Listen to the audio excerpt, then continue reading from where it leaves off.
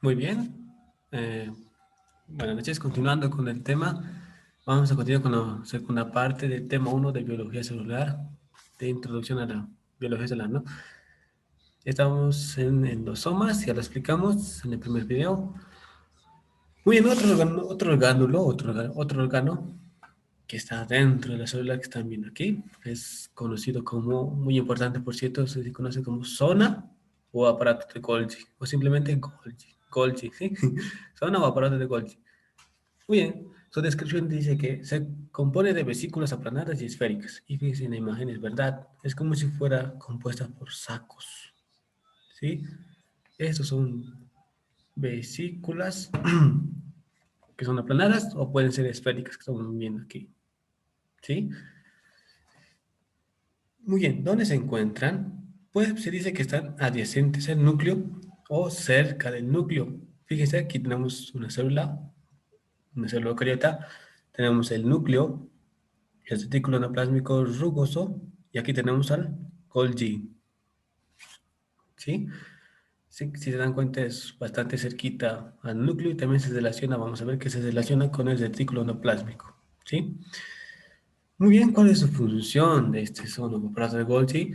Pues se dice que tiene la función de separación, bidireccionamiento de moléculas y modificaciones. Al igual que lo que dijimos, casi similar, ¿no?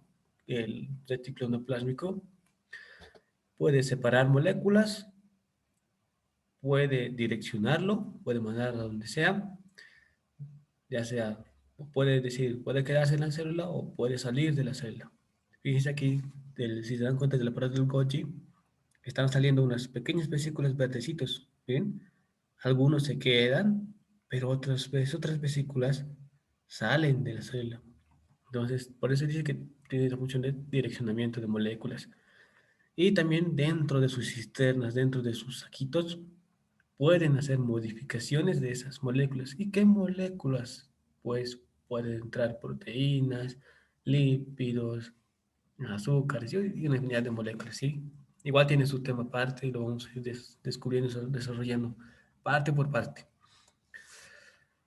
Muy bien. Aquí tenemos, como les dije, ¿no? El retículo endoplásmico. Si se acuerdan, en el retículo endoplásmico, en sus ribosomas se sintetizan proteínas y esas proteínas se entran dentro de las cisternas del retículo endoplásmico rugoso. Fíjense que si se dan cuenta que en el retículo endoplásmico rugoso esas proteínas sufren modificaciones, ¿no ve? Muy bien, entonces, ¿qué sucede aquí? Esas modificaciones pueden pasarse al aparato de Golgi y a través de unas pequeñas vesículas, ¿sí? Esa zona, esa zona del retículo, perdón, del aparato de Golgi que está adyacente al retículo endoplásmico se conoce como zona trans del Golgi, ¿sí? Zona trans viene del designo de zona transportadora del Golgi, ¿sí? Y la cara de la proteína de Golgi que están viendo, que está hacia más a las periferias, hacia la membrana plasmática, se conoce como cara cis del Golgi, ¿sí? Entonces, el retículo plásmico rugoso o el retículo plástico en sí puede pasar sus moléculas a las cisternas de la proteína del Golgi. En la parte del Golgi sufren modificaciones de direccionamiento. Fíjense, algunos, algunas de sus vesículas, esos rojitos, van hacia los lisosomas, otros se quedan en el citosol, otros están destinados a salir a través de la función secretoria de las vesículas, ¿no ve? Muy bien, lisosomas. Ahora sí vamos a empezar a describir un poquito qué son estos. Le puse esta pequeña comparación que se dice que es estómago, ¿sí? En el cuerpo humano nosotros tenemos un estómago. ¿Qué hay en el estómago? Ácido. Entonces, si comparamos a los lisosomas con el estómago, en los lisosomas también hay ácidos, ¿sí? Muy bien. Se dice que los lisosomas tienen una medición de 0,5 a 3 micrómetros, ¿sí? De diámetro. También aquí en una figura microscópica. Como les dije, ¿no? Tiene un pH ácido y está compuesto principalmente de estas moléculas que están viendo aquí. Estas naranjas son las famosas enzimas hidrolíticas, ¿sí? Son enzimas que lisan, que destruyen, ¿sí? Viene de, su significado es hidro, agua, lítica. Cada vez que escuchen lítica, lítica es destrucción. Son enzimas especializadas en destruir moléculas que contienen agua, ¿sí? Moléculas de agua y moléculas que contienen agua, ¿sí? Entonces, este lisosoma está lleno de estas enzimas, ¿sí? Y tiene un pH ácido, ¿sí? Más adelante les voy a enseñar qué es el pH, cómo funciona y por qué se dice que es ácido. Voy a tener enzimas hidrolíticas. Muy bien, ahora estas enzimas hidrolíticas, son sintetizadas, estas enzimas son sintetizadas en los poliribosomas que están unidos en el retículo endoplásmico rugoso. Lo vimos, ¿no? Aquí está. Muy bien. Como les dije, el retículo endoplásmico rugoso tiene ribosomas unidos a su membrana. Entonces, estos ribosomas que están unidos son los responsables de sintetizar a las enzimas hidrolíticas, ¿sí? Entonces, entonces viene desde el retículo del plasmático rugoso hacia los lisosomas, ¿no? Voy a cambiar un momento a pluma, ¿sí? Entonces, desde los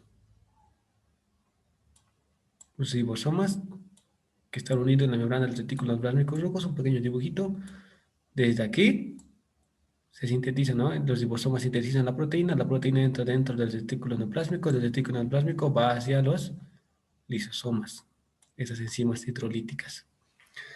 Muy bien, entonces, como dijimos que es el estómago de la célula en pocas palabras, su función es la de digerir moléculas. Como les dije, ¿no? En el endosoma, el contenido de las vesículas del endosoma puede ir a los lisosomas y los lisosomas digieren ese contenido. También pueden ser, fíjense, como les dije, ¿no? Los endosomas su función es la de digerir moléculas introducidas por pinocitosis. ¿Sí? Ese concepto me olvidó mencionarles. También tiene la función de realizar fagocitosis. Perdón, la célula, aparte, se voy a dibujar aquí un dibujito un tanto extraño, pero con tal de que entienda va a estar bien. La célula, el término fagocitosis, fago quiere decir comer y citosis célula. Entonces, su significado sería célula come, al contrario de pinocitosis, célula bebe. Pinocitosis es célula bebe, ¿no? Entonces, si decimos fagocitosis, quiere decir que la célula está comiendo. ¿Y entonces qué come la célula?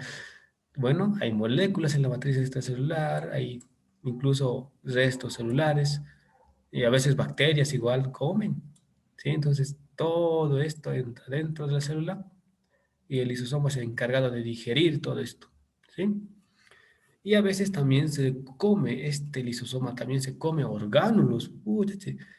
Entonces, el lisosoma también puede comerse el aparato de Golgi, puede comerse a los retículos endoplásmicos, a los ribosomas, y incluso puede comerse a la misma célula, ¿sí? Este proceso de comerse a sí mismo se conoce como autofagia, ¿sí? Entonces, el lisosoma es un orgánulo muy, muy, muy, muy importante, pero que tiene que tenerlo mucho cuidado, ¿sí? Aquí tenemos una imagen muy bonita. Les dije, ¿no? De los uno, el lisosoma le puede llegar el contenido del endosoma, ¿sí? Pinocitosis, endosoma temprano, madura endosoma tardío, del endosoma tardío manda el contenido de su contenido hacia los lisosomas.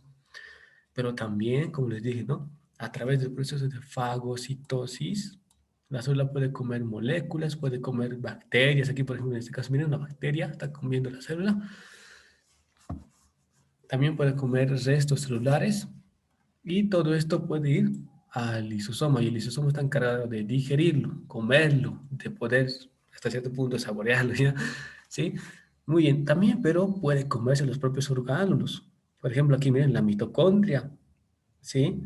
A través del proceso de autofagia se forma esta pequeña vesícula que están viendo aquí que se conoce como autofagosoma y el autofagosoma va hacia el lisosoma y en el lisosoma también se digiere Y todo lo que se digiere en el lisosoma, todo lo que ha comido se digiere aquí, puede ser liberado al citoplasma o ya de plano puede salir de la célula y ser expulsado como desechos celulares, ¿no? Muy bien, ahora vamos a entrar a un tema bastante interesante. Quiero mencionarles como tema introductorio estos de aquí, estas moléculas de aquí, los radicales libres, ¿sí? ¿Qué son radicales libres? Cada vez que escuchen la palabra radicales libres, radical, quiero que piensen que son moléculas malas, ¿sí? Muy bien, entonces para esto vamos a los conceptos. Muy bien, entonces, ¿ustedes conocen un átomo normal? Si no, fíjense aquí, este es un átomo normal, por ejemplo. La característica básica, perdón, el átomo es la estructura más pequeñita, ¿no ve? Más pequeña, hasta ahorita lo que hemos conocido es la estructura más pequeña. Está compuesto por electrones, protones, neutrones, ¿no ve? Muy bien, entonces el átomo es la molécula más pequeña, ¿sí? Y fíjense, esto es un átomo normal. Los electrones, estas bolitas de aquí que están viendo a la periferia, son los electrones y esto de aquí, la parte central son los protones y neutrones, ¿no? Entonces, fíjense, los electrones siempre son parejos, fíjense. Pero ¿qué ocurre en un radical libre? Estos electrones dejan de ser parejos, miren. Un radical libre pierde un electrón, ¡rum! Se va el electrón. Y fíjese, es como si cambiara de color, es como si se hubiera malo, de verde a rojo, ¿no ve? Pierde un electrón y se vuelve inestable, es decir, este átomo es muy, muy inestable. Aquí entra el concepto de, para que se acuerden, es como que este átomo o este radical libre es un átomo enojado, ¿sí? Enojado, muy, muy enojado. Y quiero que se les quede esto en la cabeza, que quiero que piensen o quiero que lo relacionen como si fuera un hombre que está buscando desesperadamente una chica, es decir, que está buscando desesperadamente un electrón. Y aquí lo tenemos en acción. Como está desesperado de conseguir un electrón, este radical libre va a ir a molestar a los átomos buenos. Les va a quitar este electrón que les falta. Es como si les va a quitar la novia hasta cierto punto, ¿no? Fíjense, y esto va a repercutir en todos, no solo en un átomo, sino que al quitarle el electrón al átomo bueno, este podrá convertirse en átomo bueno, un átomo normal, pero este ya también se convierte en átomo malo. Y este va a quitarle a él, y este también se convierte en átomo malo, este en bueno, y este nuevamente va al otro átomo y le quita así. Y todo así, todo así. Todo es una reacción en cadena de quien se quita electrones, ¿sí? Por eso los radicales libres son malos, ¿sí? Estos son tan malos que incluso pueden llegar a matar a la célula, pueden llegar a destruirla a la célula, ¿sí? Muy bien dicho con esta pequeña introducción, vamos a hablar del peroxisoma. Es otra molécula, digo, perdón, es otro orgánulo muy, muy importante dentro de la célula. Igual está rodeado de membrana, miren, está rodeado de membrana. Este, igual que es casi similar a los lisosomas, tiene enzimas oxidativas. ¿Sí? Ay, perdón, enzimas oxidativas. ¿Qué quiere decir esto? Que tienen enzimas que tienen la capacidad de descomponer. Oxidativo, cuando escuchan oxidativo es como descomponer, ¿sí? Una de esas enzimas, la más importante, a mi parecer, es la catalasa. ¿Sí? No, no, a mi parecer, es la más importante, ¿sí? Del peroxisoma. ¿Qué hace la catalasa? Dentro de las células naturalmente se forman los radicales libres. Entonces, ¿qué evita? Uno de esos radicales libres es esta estructura que están viendo aquí. Se conoce como peróxido de hidrógeno, ¿sí? Dentro de las células se forma normalmente, ¿sí? Por la descomposición de oxígeno. Les dije, ¿no? Tiene enzimas oxidativas, entonces, y las enzimas oxidativas son las que descomponen moléculas. Entonces, al descomponer moléculas, por ejemplo, el oxígeno, se forma el peróxido de hidrógeno. Y este es un radical libre, y el radical libre es malo, puede llegar a destruir la célula. Pero fíjense que el mismo peroxisoma, que es el mismo que lo produce, también tiene la solución, tiene la catalasa. Entonces, para evitar que el peroxisoma destruya la célula, el mismo peroxisoma junta el peróxido de hidrógeno con catalasa y descompone el peróxido de hidrógeno en dos moléculas que son inofensivas: agua, H2O, y oxígeno, ¿sí? Agua sale al citosol y el oxígeno puede quedarse en el peroxisoma para seguir haciendo la reacción. Muy bien, aquí tenemos un poquito de la estructura. Se dice que tiene un núcleo cristaloide. Miren, aquí tenemos un núcleo cristaloide. No se conoce mucho su función, solo que es una estructura electrodensa que está dentro del peroxisoma, ¿sí? Ahora, este peroxisoma se dice que se lo estudió muy bien. ¿En qué células? En células del riñón y el hígado, ¿sí?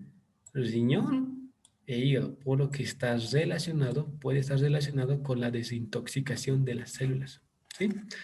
También se dice que tiene otras enzimas en su interior. Una de esas enzimas, la que mencionamos, la catalasa, ¿no? Que convierte el peróxido de hidrógeno en agua y oxígeno. Pero también tiene enzimas que son la de la beta oxidación de ácidos grasos. Muy bien, estas enzimas solo se lo ve principalmente en las células del hígado, de los hepatocitos. ¿Y para qué nos sirve esta enzima de la beta oxidación?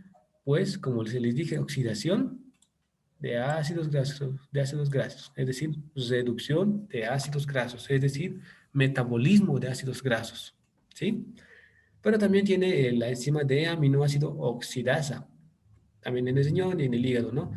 Esta cumple la función de metabolizar los aminoácidos, ¿sí? Vamos a ver que los aminoácidos son la piedra fundamental de la síntesis de proteínas. Entonces, fíjense que ahí tiene una gran función, tanto de quizá un poco perjudicial, pero también tiene la solución, ¿sí? Muy bien, entonces vamos a ver las funciones de los peroxisomas. Muy bien, estos peroxisomas se dice que metabolizan, es decir, hasta cierto punto destruyen el ácido úrico. Sí, el ácido úrico es otra estructura muy mala para la célula. Entonces los peroxisomas nos protegen de este ácido úrico. Sí, metabolizan, es decir, destruyen el ácido úrico que viene de las purinas. Muy bien, para continuar les voy a decir qué son las purinas. Aquí está. Muy bien, dentro del ARN y del ADN hay dos grupos moleculares, las purinas y las pirimidines. Las purinas son las adeninas y las guaninas. Adeninas son amarillitos. Miren, estos palitos amarillos que están viendo aquí, estas son adeninas. Adenina, adenina, adenina, adenina, adenina. Y las guaninas son verdes. Verde, verde, verde. Guanina, guanina, guanina. Y están tanto en el ADN como el a ARN, ¿no ve? Entonces, tenemos las purinas, ¿sí? El otro grupo son las pirimidinas, y la pirimidina está compuesto por timina, que es este moradito, y la citosina, que es este celeste. En el ARN, las pirimidinas son diferentes, ¿sí? ¿Tenemos a la citosina? Sí, una pirimidina. Pero la timina en el ARN es reemplazado por esta molécula que se llama uracilo, que es de color café. Fíjense. Entonces tenemos dos grupos. Purinas, que está compuesta por adenina, guanina, y las pirimidinas, que son citosina y timina, y la timina es en el ARN es reemplazado por el uracilo. ¿No?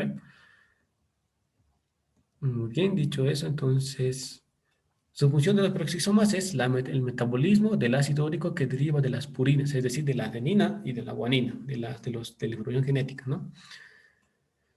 Muy bien, por la enzima de aminoácido oxidasa cumple la función del metabolismo del de aminoácido de la pared bacteriana. Fíjense que aquí también tiene una pequeña función de protección los peroxisomas, porque les dije, ¿no? Las bacterias tienen una pared bacteriana.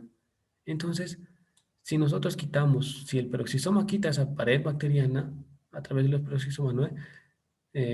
La bacteria pierde su protección. Sí, entonces para esto también nos sirve los peroxisomas. También nos sirve para la desintoxicación por oxidación. Les dije, no, oxidación es metabolismo, destrucción y desintoxicación. ¿Desintoxicación de qué cosas? De fármacos, ¿sí? Algunos fármacos se van a metabolizar, se van a destruir en el peroxisoma.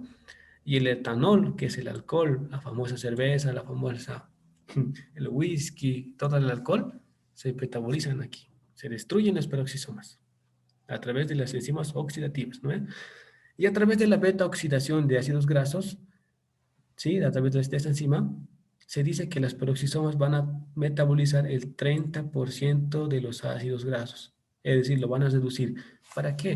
Para formar esta molécula conocida como acetilcoenzima de A. La acetilcoenzima de A, vamos a ir viendo, esto lo vamos a conocer muy, muy bien en la parte de mitocondrias, va a ir al ciclo de Krebs para formar energía. ¿Sí? No les marearé mucho en esa parte, solo que como una pequeña introducción, ¿no? De los peroxisomas.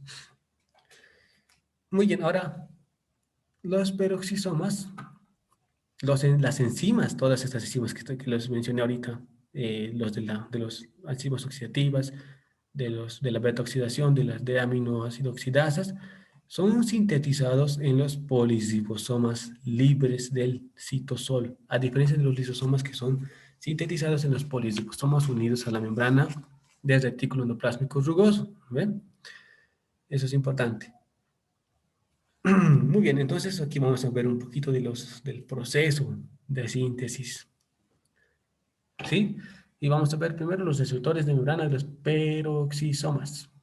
Como les dije, las proteínas de los peroxisomas, es decir, tanto los receptores de peroxisomas y sus enzimas, son perdón, muy bien. Como les dije, no son sintetizadas en los poliribosomas libres de citosol, ¿sí? Y estas proteínas, estas enzimas de los peroxisomas, se dice que tienen una secuencia especial de 3 aminoácidos, ¿sí? Muy bien, entonces aquí tenemos la imagen. Tenemos, por ejemplo, la enzima más conocida, catalasa o el receptor, ¿sí? Quiero que imaginen que todo este verde es la catalasa o también el receptor de los peroxisomas. ¿Dónde es sintetizado? En los poliribosomas libres del citosol. SAS, SAS sintetizados. Se dice que esta catalasa tiene una secuencia especial de 3 aminoácidos. Sí, les dije, ¿no? Las proteínas, las proteínas están compuestas por aminoácidos. Entonces, en esta catalasa y este receptor de los peroxisomas tiene 3 aminoácidos especiales.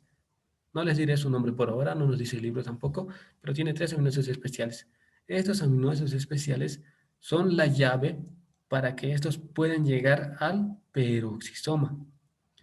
Y al llegar al peroxisoma, la catalasa entra dentro del peroxisoma, pero el receptor se queda en la membrana del peroxisoma. Aquí tenemos el receptor a la membrana, catalasa dentro del peroxisoma. ¿Sí? Muy bien, ahora, al recibir moléculas, el peroxisoma empieza a crecer. Miren aquí, recibe moléculas y empieza a crecer hasta tal punto que solito se divide. Fíjense que se divide por un proceso conocido como fisión. Entonces, el peroxisoma recibe moléculas, crece y se divide por fisión.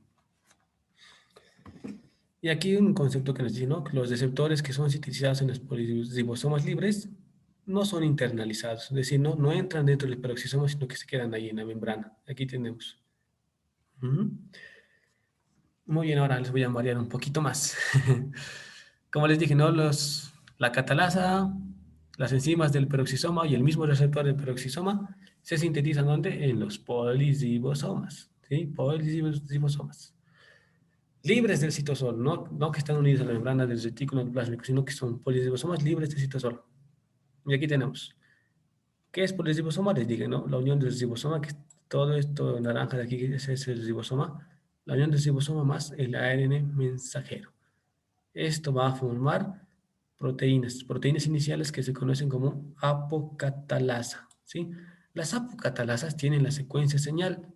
Esta secuencia señal son los 3 aminoácidos que les dije. 3 aminoácidos, 1, 2, 3, que se encuentran ¿dónde? En el extremo carboxilo de la proteína, ¿sí? Entonces, esta secuencia señal le va a permitir a los apocatalasas entrar dentro del perdón, le va a permitir interactuar con los receptores dentro del peroxisoma. Todo esto es el peroxisoma, ¿sí? Entonces, la secuencia señal interactúa con el receptor del peroxisoma y la catalasa entra dentro, ¿sí? Trin, trin. En aquí adentro, si se dan cuenta, la catalasa, digo, perdón, la apocatalasa se va a combinar con un grupo. Este rojito que están viendo aquí es el grupo hemo. Entonces, al combinarse la apocatalasa más el grupo hemo, se forma recién la catalasa normal. ¿Sí? La catalasa madura, la catalasa que sí sirve. ¿Sí? Esta apocatalasa no sirve. ¿Sí? Bueno, sí sirve, pero no cumple la función de la catalasa, ¿no? Aparte, estas moléculas que están viendo aquí son los receptores del peroxisoma. Igual se sintetizan en el polisribosoma libre, pero no entra dentro del peroxisoma, sino que se queda ahí en su membrana. Este verdecito es su membrana. ¿Sí? Muy bien, ahora sí vamos, estamos estudiando medicina, tenemos que enfocarnos, empaparnos de casos clínicos de enfermedades, ya nomás desde ahorita conocer enfermedades. ¿Sí? Y si se dan cuenta, las enfermedades tienen su origen, la mayoría de las enfermedades tienen su origen por fallos en la célula. ¿Sí? Todas las enfermedades tienen algún compromiso en la célula. Uno de ellos está relacionado con el mismo peroxisoma. Una enfermedad muy mortal que se conoce como la adrenoleucodistrofia. ¿Sí? La adrenoleucodistrofia es causada por una deficiencia, es decir, que falta una de las enzimas en los peroxisomas. ¿Sí? Se dice que esa enzima es la enzima de la beta oxidación de los ácidos grasos, pero también puede faltar la catalasa, la de-aminoácido oxidasa. ¿Sí? Esta enfermedad, la adrenoleucodistrofia, es una enfermedad bastante rara, de hecho es hereditaria, principalmente ligada al cromosoma X. ¿Sí? Y fíjense que esto es clave. Toda enfermedad que está ligada al cromosoma X generalmente afecta a los varoncitos, ¿sí? A los varoncitos. Muy bien, entonces, qué produciría si el peroxisoma tiene deficiencia de la beta-oxidación de ácidos grasos? En los, como no tenemos esa enzima, no se van a metabolizar los ácidos grasos. Entonces, los ácidos grasos que son grandes, sí, hay diferentes ácidos grasos, hay de cadena chiquitita, hay de cadena grande, hay de cadena extremadamente grande. ¿Sí? Entonces, si no tenemos esa enzima que degrade estos ácidos grasos, estos se van a acumular dentro del peroxisoma, dentro de los tejidos, dentro de la misma célula, ¿sí? Y eso es lo que causa la deficiencia enzimática. Ahora, ¿dónde es que se afecta principalmente? ¿Qué tejidos afecta la adrenoleucodistrofia? Principalmente la glándula suprarrenal, que es lo que les dije, ¿no? Que está en la parte superior del riñón, arriba del riñón. Sí, es como un chulito que están viendo aquí. Esto es la glándula suprarrenal. Cumple una importante función y lo vamos a ir descubriendo poco a poco. ¿Sí? Y a nivel neurológico, a nivel del tejido del sistema nervioso central, se acumulan ácidos grasos de cadena muy larga y estos pierden su capacidad de transmitir señales, de hacer sinapsis. Aquí, por ejemplo, tenemos la neurona y vamos a ir viendo que las neuronas están cubiertas por un tejido con una, un componente adiposo especial que se llama mielina, ¿sí? Fíjense ahí. Imagínense que al acumularse grandes cantidades de ácidos grasos aquí, es como si estuviera perdiendo esta mielina, es como si estuviera perdiendo la protección de las neuronas y no se lleva bien la información sináptica. Sí, perdón, la información, no sé, es como si no se procesara bien o es como si no se transmitiera de manera buena las señales. ¿Sí?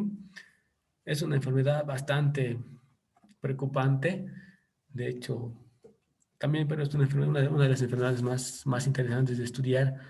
Y tiene una película, ¿sí? Les recomiendo que vean, se llama El aceite de Lorenzo.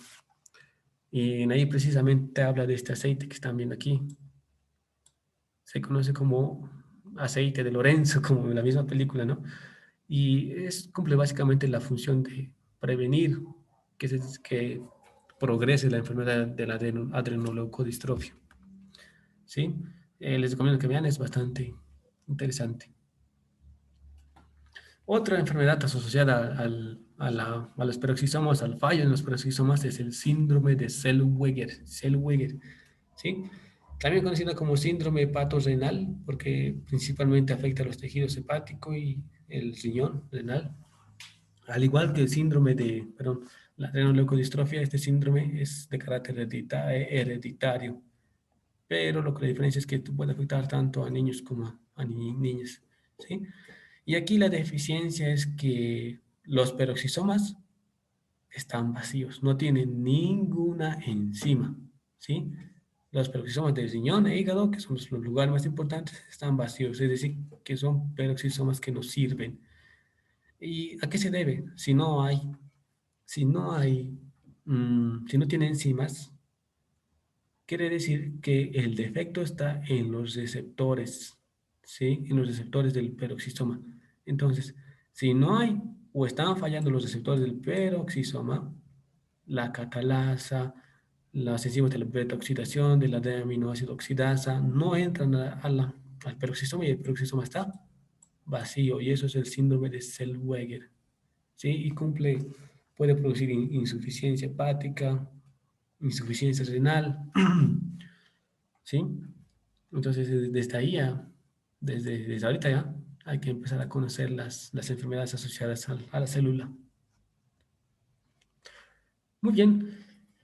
Y dentro de nuestro temario también tenemos que ver un poquito del famoso citoesqueleto. ¿Sí? Las células, al igual que nuestro cuerpo humano, si les dije no al inicio que se relacionan la célula como si fuera el cuerpo humano, entonces las células también tienen un esqueleto. En aquí el esqueleto de las células se llama citoesqueleto. Cito de célula y esqueleto de esqueleto. Perdón.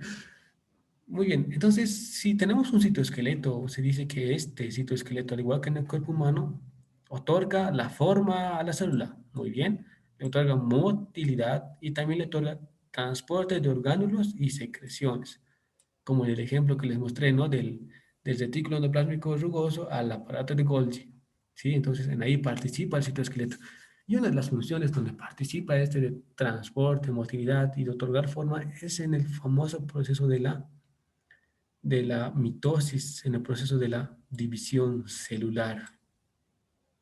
Fíjense que aquí, por ejemplo, estos filamentos que están viendo aquí de color celeste, es como hilos, esto es el citoesqueleto, ¿sí? Y fíjense que aquí tiene una función muy, muy importante de dividir a la célula, ¿sí? Ahora, el citoesqueleto tiene tres elementos principales, que son los microtúbulos, que están viendo aquí, están conformados por moléculas de tubulina. Miren, ¿sí?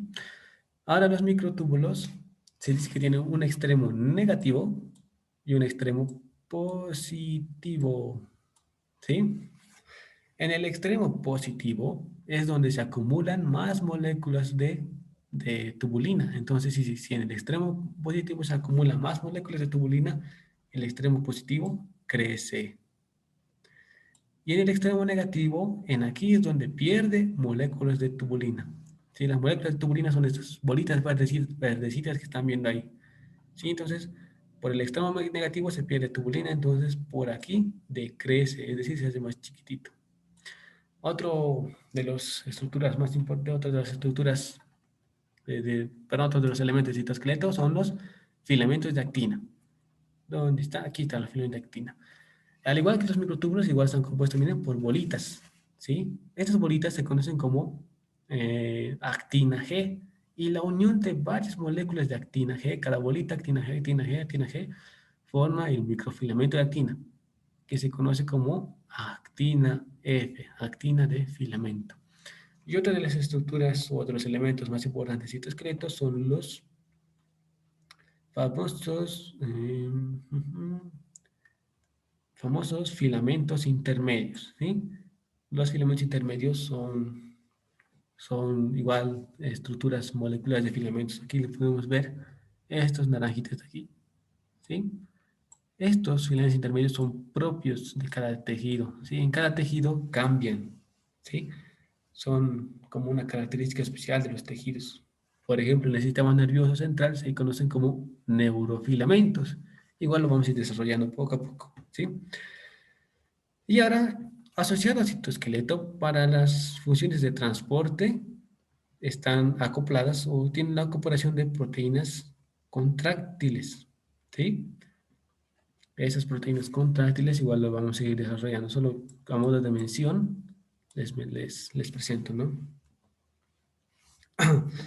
Muy bien, dentro de la célula, aparte de sus orgánulos, citoesqueleto y demás situaciones, citoplasma, ¿no? Vamos a encontrar unos organitos que son muy característicos.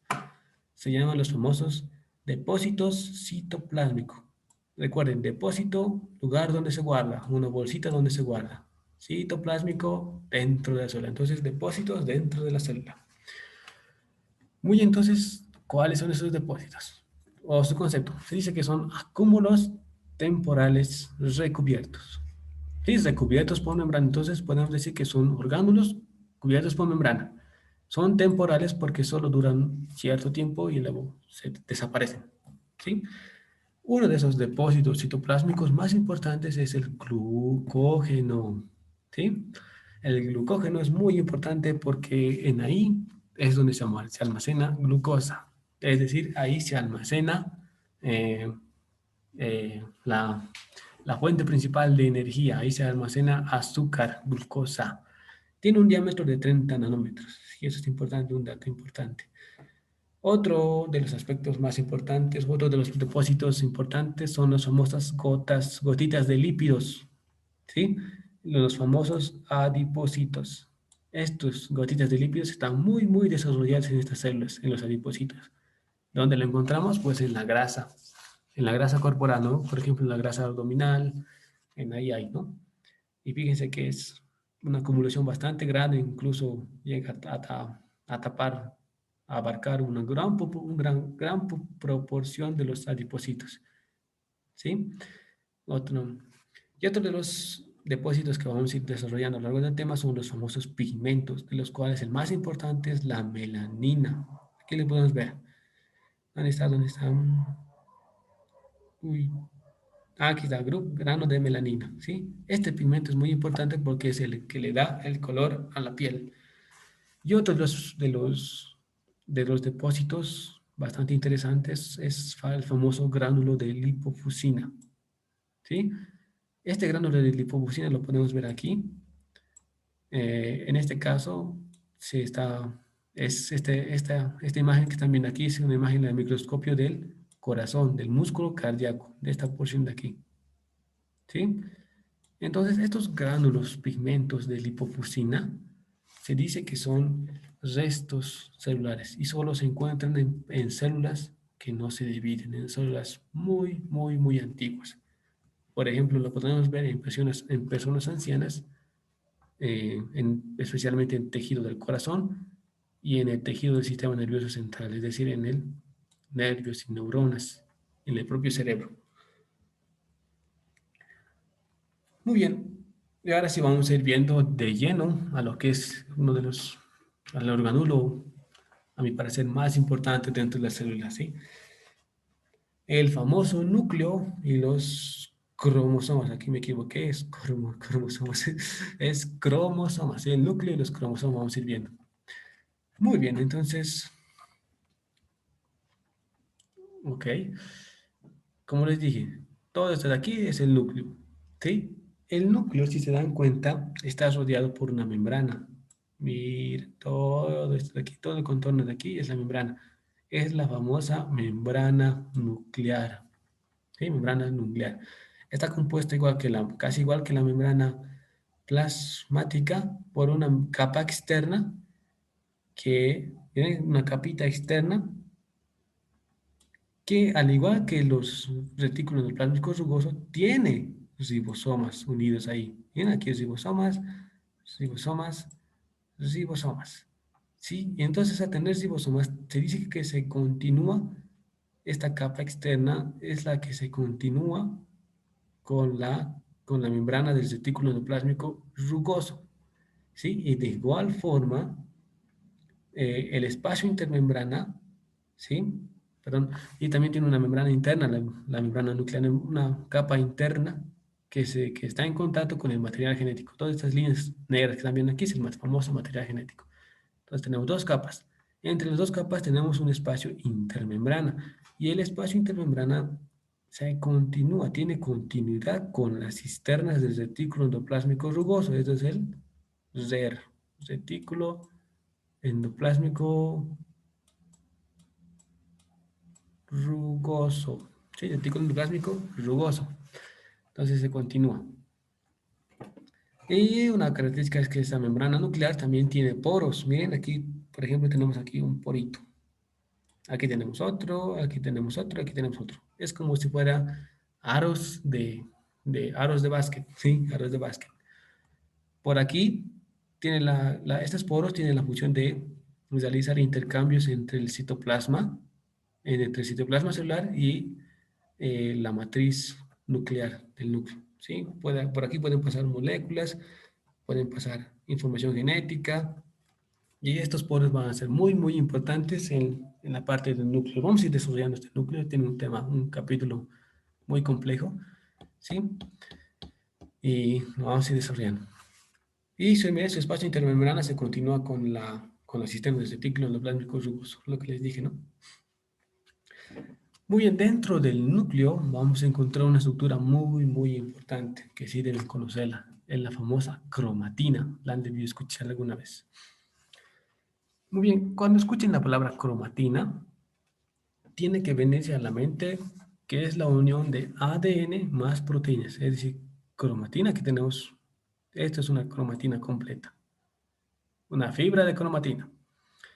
Entonces es la unión del ADN, todo es ADN, unidos a proteínas, ¿sí? Unidos a proteínas. Y esas proteínas son conocidas como histonas, ¿sí? Histonas. Y esas histonas, al unirse al ADN, forma la famosa cromatina, ¿sí? Y ahora estas histonas, estas proteínas, tienen la función de que, al unirse al ADN, tienen la función de que organizar el ADN. Y fíjense si se dan cuenta, si no hubieran esas histonas, si no hubieran esas proteínas, el ADN sería como si fuera fideo todo ahí esparcido por la célula, por el núcleo. Pero al unirse a las histonas, lo van a ordenar, lo van a compactar, y fíjense cómo en la cromatina esto se ordena, como si fuera ladrillito. Trum, trum, trum, trum, trum, ¿no ven? Y también cumple la función de condensación, ¿no? Miren, se unen y se condensan poquito a poquito hasta formar, de la cromatina pasa a ser tan condensado que se forma el famoso cromosoma, ¿sí? Cromosoma tiene la forma de una X. Y la cromatina, al estar compuesto por ácido, ¿sí? Esto lo vamos a ver, este último concepto lo vamos a ver en el tema 2. Solo quiero dejarles claro que todas las moléculas, todos los órganos que contengan ácidos, por ejemplo aquí el ADN es el ácido desoxirribonucleico, se va a teñir, todas las estructuras que tengan ácidos se van a teñir con colorantes básicos. Esto nos va a servir, esto es muy útil para la microscopía, ¿sí? Lo pongo aquí solo como a manera de introducción del tema número 2. Y dentro del núcleo hay una zona, ¿sí? El famoso nucleolo. Se dice que es una zona electrodensa dentro del núcleo, ¿sí? Miren, su concepto dice que son corpúsculos esféricos que están dentro del núcleo. Todo esto aquí es el núcleo, alrededor está el citoplasma, y esta mancha que están viendo aquí es el famoso nucleolo, ¿sí? Nucleolo. Y fíjense, no es delimitado por membrana, es decir, el nucleolo no tiene membrana. Si estoy, solo es una estructura que está ahí, una estructura muy, muy densa que está dentro del núcleo, ¿sí? Está compuesto ¿por qué? Por proteínas de ARN, digo, por proteínas básicas, poco ADN y principalmente la molécula principal del nucleolo es el famoso ARN, ¿sí? Entonces, la molécula principal del nucleolo es el ARN. Y del ARN hay una molécula muy, muy especial que la vamos a conocer como ácido ribonucleico ribosómico. O, en palabras más simples, ARN ribosómico. Entonces, la molécula principal del nucleolo es el ARN ribosómico. Muy bien, entonces hasta aquí ya hemos llevado células procariotas, células eucariotas y tenemos que definir un concepto, tenemos que diferenciar dos conceptos, ¿sí? No es lo mismo decir células vegetales y animales, ¿sí? Como tampoco es decir que los virus parasitan todo tipo de células, sino que hay virus que parasitan células animales y virus que parasitan células vegetales. Lo mismo hay que diferenciar las células, ¿sí? Y hay estas, 5 diferencias primordiales entre las células vegetales y animales. Uno es que la célula vegetal tiene pared, ¿sí? Perdón, pared. Sí, si se dan cuenta, las bacterias, las procariotas son los únicos que tenían pared, pero en este caso las células vegetales también tienen pared, entonces también tienen esta función de protección y de darle forma a la célula. Muy bien, estas células vegetales tienen una estructura similar a las mitocondrias, ¿sí? Las células eucariotas tenemos mitocondrias, pero aquí en las células vegetales esas mitocondrias se conocen como plástidos o simplemente plastos, ¿sí? Ahora, estos plastos o plástidos se dividen en dos, en leucoplastos y en cromoplastos. Los leucoplastos son de color leuco, ¿sí? Leuco, quiere decir blanco. Entonces no tiene ningún color, ¿sí? Y los cromoplastos, cromo quiere decir color, y plastos quiere decir de los plástidos, que en las células vegetales son las mitocondrias, ¿no? Están compuestos de dos pigmentos, perdón, de un pigmento muy, muy especial que es la clorofila. Y en las células vegetales esta clorofila tiene la función de realizar la fotosíntesis, es decir, creación de oxígeno a partir del dióxido de carbono. ¿Ve? Muy bien, en las células eucariotas hemos visto, ¿no?, que tienen vacuolas, vesículas, los famosos endosomas. En las células vegetales estas vesículas se conocen, son vacuolas, ¿sí? Son conocidas como vacuolas y son más grandes, es decir, aquí, un poquito más grandes, ¿sí? Ahora, en las células eucariotas y animales, nuestro depósito principal de energía es el glucógeno, ¿sí? Pero en las células vegetales, su depósito principal es el almidón, ¿sí? Han debido escuchar, el almidón es un azúcar especial de las células vegetales. Nosotros no podemos consumir, los humanos no pueden consumir almidón, ¿sí? Nosotros no tenemos una forma de consumirlo y metabolizarlo, ni mucho menos almacenarlo. Entonces nosotros no consumimos almidón. Ahora, las células vegetales tienen este tipo de uniones que están viendo aquí, lilas, como poritos, ¿sí? Se llaman plasmodesmos. Son uniones comunicantes. Estas uniones comunicantes, si se dan cuenta, son como canales, permiten la comunicación entre células. Por ejemplo, aquí esta, esta estructura de aquí es una membrana plasmática de una célula vegetal. Y esta estructura de aquí es una membrana plasmática de otra célula vegetal. Entonces los famosos plasmodesmos, que son esporitos, permiten la comunicación de esta célula con esta otra célula, ¿sí? Permiten como chismosearse. En las células animales y eucariotas también tenemos estas uniones comunicantes, solo que en nosotros se llaman uniones gap o gap juntos. ¿Sí? Gap, uniones gap o simplemente gap juntos, o ya de plano uniones comunicantes, ¿sí? Muy bien, ahora sí, entramos un poco a la historia de la evolución. Cómo es que se originaron las células, cómo es que empezó todo, la vida, ¿sí? Y para eso vamos a contarnos una historia muy, muy bonita.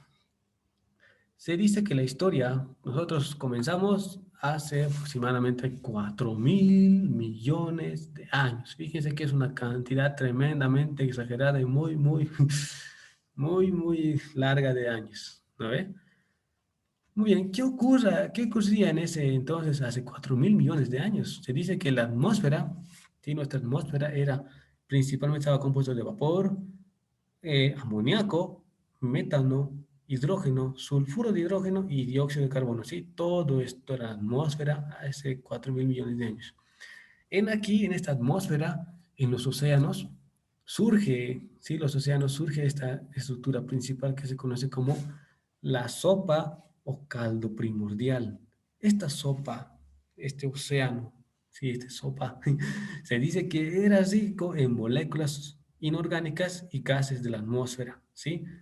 esta sopa, como en las sopas, acuérdense de las sopas cuando cocina la mamá, es muy, si se dan cuenta, es una sopa que tiene todo tipo de cosas, verduras, carnes, eh, alguna cosa verde, qué sé yo. Sí, entonces es lo mismo. Quiero que se den cuenta que los océanos hace 4.000 millones de años era conocido como sopa, sopa o caldo primordial.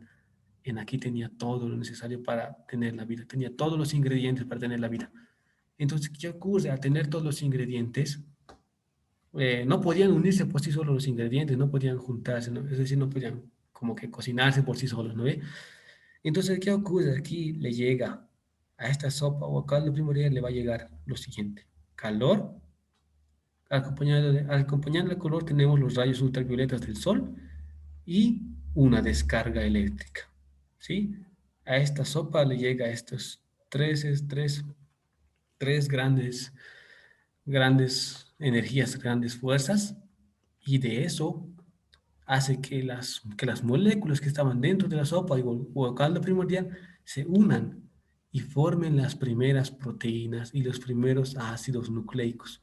A ese proceso se le conoce como síntesis prebiótica. Y la síntesis prebiótica se favoreció por tres circunstancias, ¿sí? Uno, variedad de nichos en la célula, es decir, variedad de lugares. Nichos es lugares, es como decir nidos, ¿sí? Entonces, variedad de nidos en la sopa, variedad de nidos en el caldo primordial, variedad de nidos en el mar. Un largo tiempo es otro de los factores que ha predispuesto a la síntesis prebiótica, porque fíjense que 4.000 millones de años es un tiempo muy, muy, muy largo. Por ejemplo, aquí solo en la síntesis probiótica debe pasar unos 4, incluso 10 millones de años, ¿sí? Y la falta de oxígeno. En ese entonces no había nada de oxígeno, era todo dióxido de carbono, hidrógeno, metano, vapor, amoníaco. ¿Sí? Entonces, esos tres componentes, estas tres circunstancias han predispuesto a que se dé la síntesis prebiótica. De esa síntesis prebiótica, las moléculas empezaron a unirse, las proteínas y la información genética se empezó a unir. Y de ahí surgió las primeras proteínas y ARN, ¿no ve? Entonces, el siguiente paso de la aparición de proteínas y el ARN mensajero fue la aparición de la membrana plasmática, ¿sí? Más moléculas se fueron uniendo, más moléculas se empezaron a interrelacionarse entre sí y empezaron a formar lípidos. Uno de esos al unirse los lípidos empezaron a formar la membrana plasmática de la célula. Y esos lípidos se empezaron a unir por interacción entre los fosfolípidos. A esa interacción se le conoce como interacción hidrofóbica, ¿sí? Todos los lípidos son hidrofóbicos, es decir, que tienen hidro es agua y fóbico, fobia. ¿Sí? Entonces, hidrofóbico quiere decir miedo al agua. Y todos los lípidos tienen miedo al agua. Entonces, al tener miedo al agua, es como si los fosfolípidos hubieran dicho: ah, nos uniremos en un solo grupo y juntos estaremos hasta el final.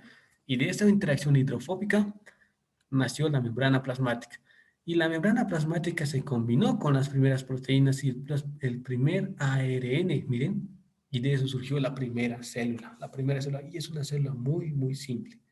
Solo tiene membrana plasmática, proteína, un poquito de agua, citosol y información genética que es el ARN, ¿no? Ahora, del ARN, fíjense que el ARN ha sido la primera molécula de la información genética en sintetizarse. ¿Sí? Entonces, del ARN surgió el ADN y el ADN empezó a controlar la posible síntesis de proteínas. ¿Sí? El ADN es como el cerebro, el que manda más. ¿Sí? Entonces, el ADN empezó a controlar ya el proceso, ¿no? Los procesos bioquímicos de la célula, los primeros procesos bioquímicos de la célula. Muy bien, entonces, ¿cómo tenemos la primera célula? Se dice que la primera célula es una procariota, ¿sí? Heterotrófica. ¿Qué quiere decir eso? Que heterotrófico quiere decir que no sintetiza su propia comida. Entonces, fíjense, si tenemos una primera célula y es además procariota, no tenía membrana, solo la membrana plasmática, ¿no ve? Y además es heterotrófica, dice que no sintetiza su propia comida, entonces, ¿de dónde obtenía su comida? Del medio extracelular. Moléculas del mar, moléculas que estaban fuera de la célula, entraban aquí adentro y esa era su alimento, la primera célula. Por eso dice que era heterotrófica. Y además, como no había aire, pero como no había oxígeno hace 4.000 millones de años, se dice que estas procariotas eran anaerobias, ¿sí? Ana quiere decir sin, no hay, ¿sí? No, ana quiere decir no. Y aerobias quieren decir oxígeno. Aerobias, aire, oxígeno, o dos. Entonces, si eran anaerobias, eran capaces de vivir sin oxígeno, cosa que hoy en día es imposible porque nosotros vivimos de oxígeno y dependemos del oxígeno, ¿no ve? Pero en ese entonces no había, entonces eran conocidos como anaerobias. Es un concepto muy importante. Muy entonces continuamos con el proceso evolutivo y este proceso evolutivo había sido el encargado, perdón, al ser heterotróficas y además anaerobias, las células empezaron a consumir tanto, empezaron a ser dependientes tanto de los alimentos que estaban fuera de la célula, que se agotaron las reservas de aquí del medio extracelular, ¿sí? Se lo habían comido todo, ya no había sas, sas. Uy, entonces, ¿qué hacemos? Dijeron las células heterotróficas. En ese punto se detuvo la evolución, ¿sí? En ese punto es donde se detuvo la evolución porque se había agotado las reservas del proceso prebiótico, ¿sí? Entonces, ¿qué dijeron las células heterotróficas? Empezaron a evolucionar. Y aquí surgen las células autótrofas, ¿sí? Heterotrófica quiere decir que no sintetiza su propio alimento. Entonces, autótrofa quiere decir que sintetiza su propio alimento. Entonces, ¿qué empezaron a hacer las células autótrofas? Empezaron a crear moléculas complejas a partir de sustancias simples y energía solar. ¿Sí? Las autótrofas entonces agarraron lo poquito que quedaba, lo último que quedaba de alimentos del medio extracelular y a través de esos elementos simples empezaron a crear moléculas más grandes, más complejas. Y junto a la energía solar y el proceso de fotosíntesis, ¿sí? El proceso de fotosíntesis, perdón, el proceso de fotosíntesis es crear oxígeno a partir de dióxido de carbono, ¿no ve? Muy bien, entonces este proceso de fotosíntesis se fue o es muy desarrollado en qué estructuras, en las algas verdes, azules o las famosas cianofíseas, ¿sí? Estos fueron los encargados, las primeras autótrofas de sintetizar sus propios alimentos y además tenían la función de fotosíntesis. Entonces, al convertir el dióxido de carbono en oxígeno, empezaron a generar oxígeno. El oxígeno empezó a llenarse tanto de oxígeno, hubieron tantas células, algas verdes, azules, que empezaron a producir harto oxígeno, el oxígeno empezó a subir a la atmósfera. Y en la atmósfera este oxígeno se fragmentó por los rayos ultravioleta y se formó el ozono, O3. Y ahí tenemos el origen de la capa de ozono. Y al aparecer oxígeno, esto ha predispuesto a que se formen nuevas bacterias, bacterias aerobias, bacterias que son capaces de vivir con aire, con oxígeno, ¿sí? Y otro grupo dijo, yo no quiero evolucionar, yo quiero quedarme tal como estoy. Entonces estos continuaron siendo bacterias anaerobias, es decir, bacterias que no pueden vivir con oxígeno, es decir, que se mueren en oxígeno, ¿no? Y estos, al ser poquitos, al negarse a evolucionar, estas bacterias anaerobias solo se quedaron en nichos, en nidos especiales, en nidos donde no había nada de oxígeno, ¿sí? Mm. Y entonces con todo esto podemos decir que la célula eucariota es nada más y nada menos que la evolución de una célula procariota hace más de 4.000 millones de años, ¿sí? Y entonces, al ser una célula procariota, fíjense, es una célula muy simple, ¿no? Uy, entonces, ¿qué hacemos? Dijeron, nos falta, nos falta organulos, ¿sí? Entonces, ¿qué empezó a hacer la célula procariota? Empezó a internalizar su membrana para formar sus propios orgánulos, ¿sí? Y aparte de eso, aparte de internalizar su membrana, hubo un grupo de células procariotas que al tratar de evolucionar a las células eucariotas, se comieron a sus propias células, a otras células procariotas, ¿sí?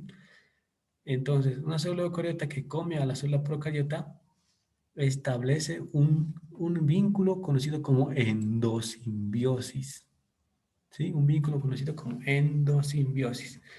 ¿Por qué hacía eso una célula eucariota a una procariota? ¿Por qué se lo comía? ¿Por qué en pocas palabras, se fusionaba? Sí, endosimbiosis es fusión, como de Venom, sí, de la película Venom, ¿sí? Simbiosis. En este caso es conocido como endosimbiosis. Es como si se fusionara una célula eucariota con una célula procariota. ¿Para qué? Para dar origen a las famosas mitocondrias. Y con esto, al tener a las mitocondrias, al desarrollar las mitocondrias, la célula eucariota ya era considerada una célula aerobia, podía vivir con oxígeno. ¿Sí? Ah, muy bien, este proceso de endosimbiosis era importante que sucediera. ¿Por qué? Porque la procariota, al convertirse en mitocondria, iba a proveer a la célula eucariota de ATP, además de calor y otras moléculas aparte. Y la eucariota iba a proteger a la célula procariota del medio, ¿sí? Era una relación de endosimbiosis, es decir, tú me cuidas y yo te cuido, ¿sí? Entonces, con el surgimiento de las mitocondrias y los cloroplastos tienen ADN circular, ¿verdad? Pues lo que dice. Muy bien, entonces, como les dije, ¿no? Al ser la fusión de una célula eucariota con una procariota, las mitocondrias es por eso que tienen su propio ADN, ¿sí? Su propio ADN, ¿sí? Entonces se dice que las mitocondrias son nada más y nada menos que derivados endosimbióticos de las células procariotas, ¿sí? Y las mitocondrias, como les expliqué hace rato, tienen dos membranas, ¿no? Por eso también fortalece la teoría de que tienen dos membranas, una membrana externa lisa y una membrana interna que es plegada, con las crestas mitocondriales. Un dibujo bastante, bastante interesante de una mitocondria, solo para entender, ¿no? Muy bien, seguimos con el proceso evolutivo. Muy bien, entonces al formarse una eucariota, ya tenemos una eucariota formada, empezó a desarrollarse el sistema ADN, ARN, proteína, ¿sí? Con este sistema, las procariotas antiguas, las células eucariotas antiguas ya podían sintetizar sus propias proteínas.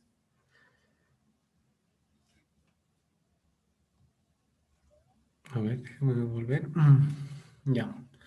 Entonces, como les dije, ¿no? La membrana plasmática, repitiendo, se internalizó y formó sus propios órganos en la célula eucariota. Es decir, la misma célula eucariota empezó a formar sus propios órganos a partir de su membrana plasmática. Es decir, tenemos una célula y esta célula de su misma membrana, empezó a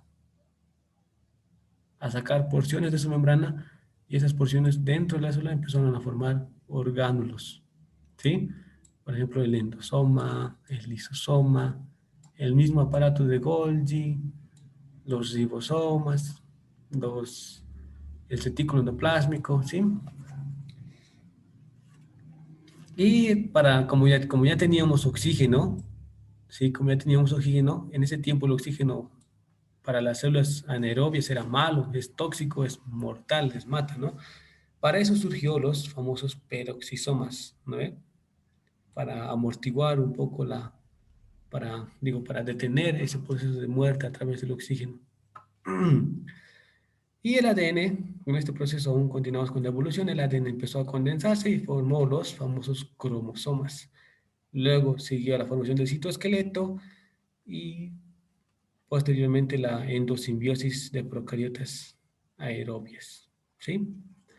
Y esto es todo esto ocurrió hace más de 4.000 millones de años. Posteriormente se formaron eucariotas más complejas. Las eucariotas empezaron a formar tejidos, los tejidos órganos, los órganos sistemas y los sistemas al mismo ser humano, ¿no ve?